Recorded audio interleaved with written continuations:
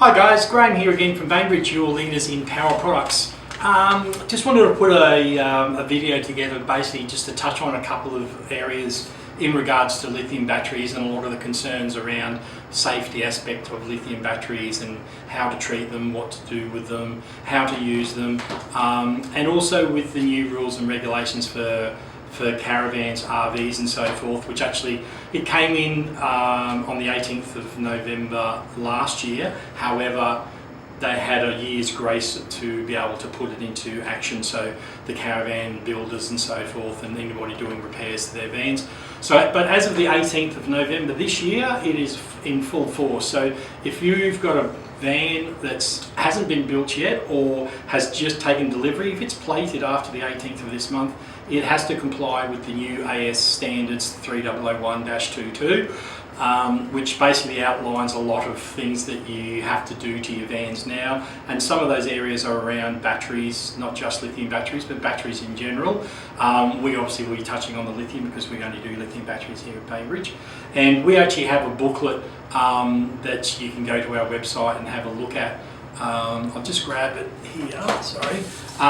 So if you go to our website and look at even one of our new lithium batteries, the Bluetooth range, you can actually get the data sheet that comes out. It gives you a bit of information about the battery, but it also gives you guides on how to install the batteries, where you can install the batteries, what the rules and regulations are in relation to where you mount the batteries. Some of them talk about the fact that if they're external from the van, they've got to be IP rated. So ours are IP67, which means they're waterproof and suitable for that and meet the standard. There are also IEC 62619 compliant, which is the international standards, which is Australian backing as well. So the batteries fully meet that standard and there's certification to say that. So if you're looking at buying batteries or upgrading batteries, make sure that you have all these things, your ducks in a line, because it can be a fairly costly expense if something happens and you weren't compliant, and therefore insurance found a way out of covering your claim or for anything down the track. This also applies to if you've got a 20-year-old van and you decide that you want to update it. If you're changing chemistry from what's already in there, if you've got a lithium battery in there and you're replacing it, then that's fine. But if you've got an AGM and lead acid style battery in there and you want to upgrade to lithium, you will have to comply with the same rules and regulations as a new van. So there's lots of little things in there that there's grey areas that people aren't too sure about. So this little document is great for that. So a couple of other things that have come from that, and I've just got a list here of questions that we've had recently been sent in to us or been posted on our Facebook page and on our computers, and also sent us to actual sales staff and our service technicians. So one question is, how do I dispose of my used or dead lithium battery? Now, that's a good question because you can't just go and throw it in your local domestic bin. You can't throw any batteries really in there as well. But especially for lithium, they have to be treated in a different way because there's lots of different chemistries of lithium. And this is where there's a lot of confusion, about fires and things blowing up and catching on fire and things like that. There are quite a few different chemistries of lithium. Now, the ones that we use in your caravan, your four-wheel drives and that type of scenario are LiPo, so LiPo phosphate. So they're lithium ferrous phosphate. Lithium ion is another one. But this is where there's confusion because there's lithium ion and there's lithium ion. So the difference is there's lithium ION and lithium IRON, which is the category from your ferrous phosphate. So iron is a mineral, obviously, and the ferrous phosphate style of batteries is the safest chemistry of lithium, pretty much the safest chemistry of battery on the market, because they are governed by a BMS in there, which battery management system inside the batteries, which shuts them down internally if they start getting outside the parameters. So if it gets too hot, it'll shut down. If it's too cold, it will shut down. If it's short circuit in something that's connected to the battery, it'll shut down, and also over current protection. If it gets too low, critically low, it'll shut down, and that's the one where people have problem trying to wake it up, but that's a different video. So it has got a lot of safety aspects and safety features built into the BMS for that reason. But these smaller style of batteries don't have that. So to dispose of any lithium battery, what I would suggest is to just look up or Google for your closest lithium accredited battery recycler or disposal warehouse in your area. There are quite a few of them around. A lot of your standard battery recyclers are authorised to take lithium batteries, because once again, as I said, all different types of lithium have to be treated different ways. Like I said, your lithium ferrous phosphate in your car is a sealed battery. It's in a sealed prismatic cell, or within our batteries they are, but like your little pouch batteries, they're not. They're a totally different aspect, and I'll get to that later. So yeah, so my suggestion is just look up. There are quite a few of them around. Doesn't matter what major city or state you are in Australia. Just have a look and Google for lithium disposal, and there's quite a few places, and there's quite a few government places you can take them to as well. So that's the first question. Second question. I hear about lithium batteries catching on fire. How do I know if my batteries that I've got or intend to buy are safe?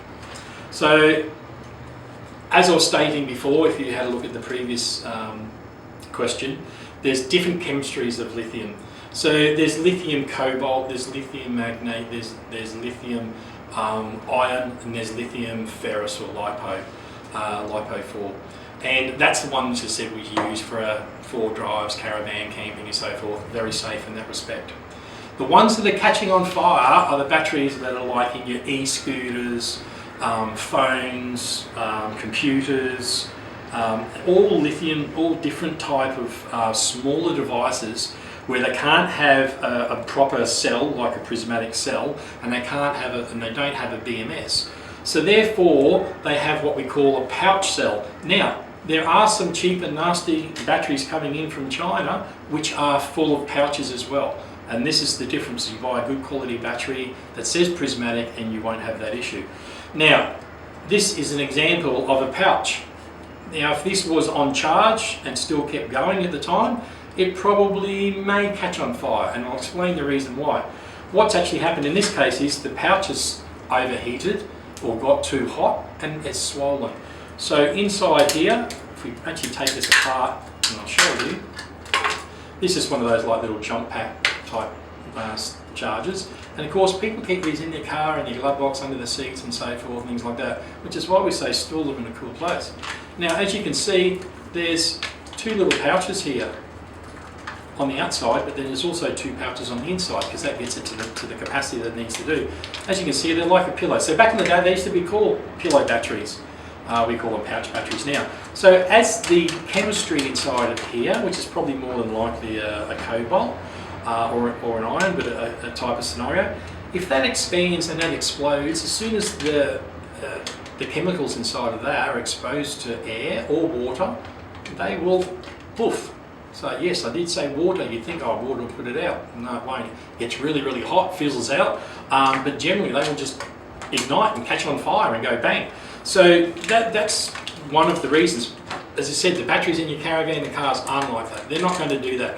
If you're hearing about caravans that are catching on fire and doing this and doing that, 99% of the time, I can guarantee you it's got nothing to do with the battery itself, but how it's connected, wired into the system. Someone who doesn't know what they're doing are doing it, and generally what they've probably done is put too small a cable size on connected to something, and the fuse is too large for what the cable capacity is there to carry the current, and therefore the cable's gotten hot, extremely hot. If they're pulling a bit of current through there, the cable melts, it catches on fire, and then everything around it goes up on fire as well.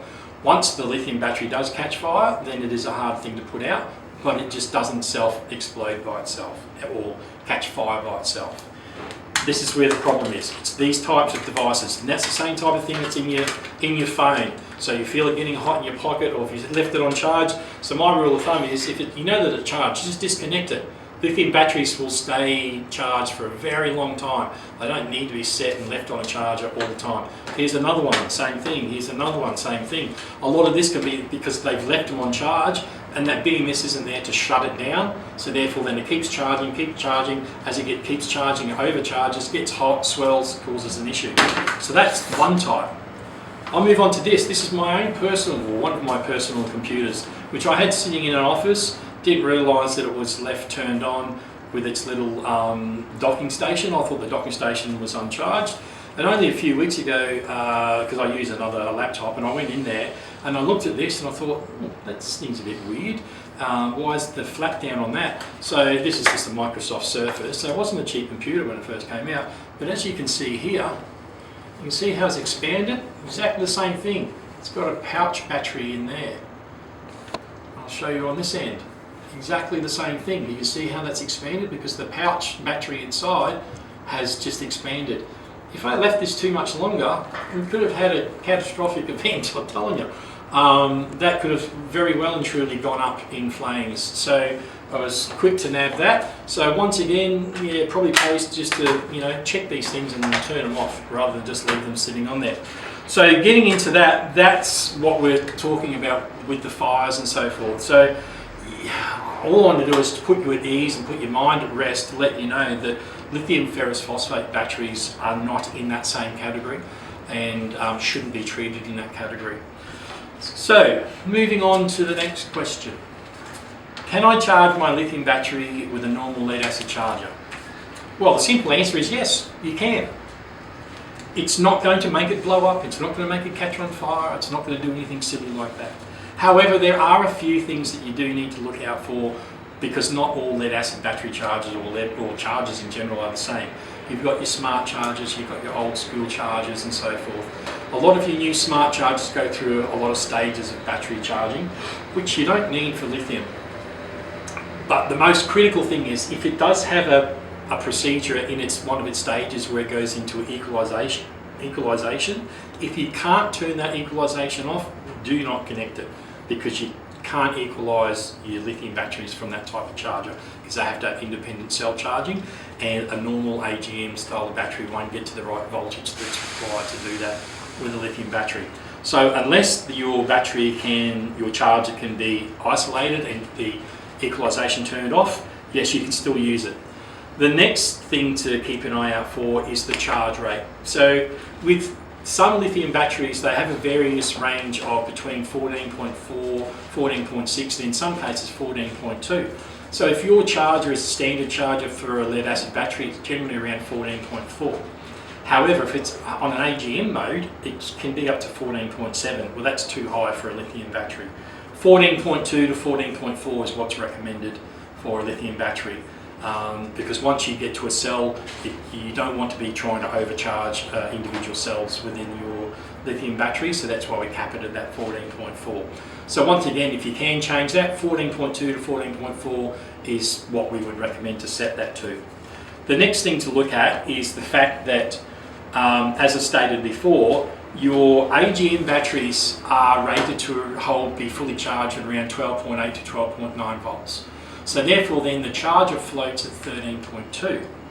A lithium battery fully charged is around 13.3 to 13.5, which means it would normally float somewhere between 13.6 to 13.8 volts. So therefore then, because your AGM battery or lead acid battery charger is already turning off and floating at 13.2, that in turn is only around about 80% charge of your lithium battery, which means you're never going to charge it up to full capacity. So that in itself isn't necessarily going to kill the battery, but over a long period of time it can diminish its capabilities. But those other things, if they don't do that, that's where you can have failure and maybe damage your battery, and the manufacturer may not warranty the battery because of its misuse by not charging correctly. So for that reason, I would say yes, if you need to get out of trouble, you need to get some power back into your battery to get it charged up or just to get it going, and then you can whack it back in your car and you might have a DC that charges it. You can do that, but my recommendation would be to get a dedicated charger that does all chemistries, lead acid, AGMs, lithium, sodium and calcium batteries. They are starting to become on the market more and more now. We've got a couple of brands of chargers and even our own chargers that do all chemistry batteries. So it's not like you have to have a separate charger for everyone. You just move with the times and get a charger that does all of them. And that's what I would recommend. Okay, so the next question is, taking it one step further, in that case, what charger should I use for my lithium battery? So as I just stated before in the previous question, I would, and we would recommend here at Bainbridge Technologies to get a charger that does the chemistry of batteries that you want it to do. So if you've got a vast array of batteries, just a lead acid cranking battery in your car, an AGM battery in a power box or something, or in your boat or whatever, and a lithium battery for your four-wheel drive, caravan, camper van, whatever, yes, you can get chargers that will do all three. The next thing to look at though is what the capacity is. So if you've got various different capacities of chargers and battery banks, well then, you know, it is hard to get a one fit all in that area. But my suggestion would be is at least get a battery charger that has a lithium algorithm and a profile that you can set for lithium, and preferably a profile that you can customize. So therefore then some specific lithium battery manufacturers specify that it has to be charged 14.6 volts, it has to be over a certain period of time, and it has to have this and it has to have that. So yes, you can get chargers that you can put those parameters in there to do that, and do it quite safely, and that way gives your battery the best opportunity that it has to give you the longevity and probably last longer than you and I will be on the planet for. If you look after them, that's the way that they will go. So yes, the question would be, having a charger with a fixed profile is good, but having one with an adjustable or customisable profile is even better, and you can customise it to then charge the battery for specifications that you require. Okay, next question. And moving on probably to the last one for this video, so it doesn't go super long, is lithium batteries for camping, what's best? That's a pretty broad question. My answer to that would be one that suits your needs. Now that can be quite easily something that's small and portable. If you're just doing overnighters and you want to run a fridge and maybe a couple of camp lights, you know, a small and portable sort of 80, 75 to 100 amp hour battery is more than enough to do that. A 100 amp hour battery can run a small size 30 to 40 litre fridge for, you know, at least 2 days, 3 to 4 days sometimes, depending on how you treat your fridge, without any battery charge going in. But if you were going to be staying for that period of time, I would suggest investing in a small portable solar blanket or panel, so that as soon as you get to where you are, plug it in and use the solar panel and to charge, well, not necessarily charge your battery, because your battery should be 100% charged if you start there, but cover the loads so that by the time you get into night time, you've got a 100% charged battery that you know will get you through the next day. And then if it is an overcast and rainy day, well then you've still got the best chance of getting through to the following day. So if it's just for a weekend, a small little battery is quite suffice to do so. If you want something that's more permanent, you can get a battery that's specific to the vehicle that you've got, and therefore then if you're living out of your, when I say living out of your vehicle, but your fridge is in there and all your accessories in there, if it's a canopy or if it's a wagon set up like a tourer, well then, and used for camping, then that's fine as well. So I would get one that suits your needs, but if you're going to be camping for extended periods of time and you go away for a week or so, you may need something that's a little bit bigger. Now that doesn't mean that you've got to have a heap of batteries. We've just released a new range of batteries where for the old standard NZ70 size battery, we've actually got a 300 amp hour lithium battery. That equates to about 500 to 600 odd genuine lead acid batteries of virtually the same size. That's a massive amount of batteries, which you're never going to go just sticking in the back of your car. But the 300 amp hours is going to last you for a couple of weeks, no problems at all, and it will run all the things you need to do. It will keep the cooktop going if you've got an induction cooker.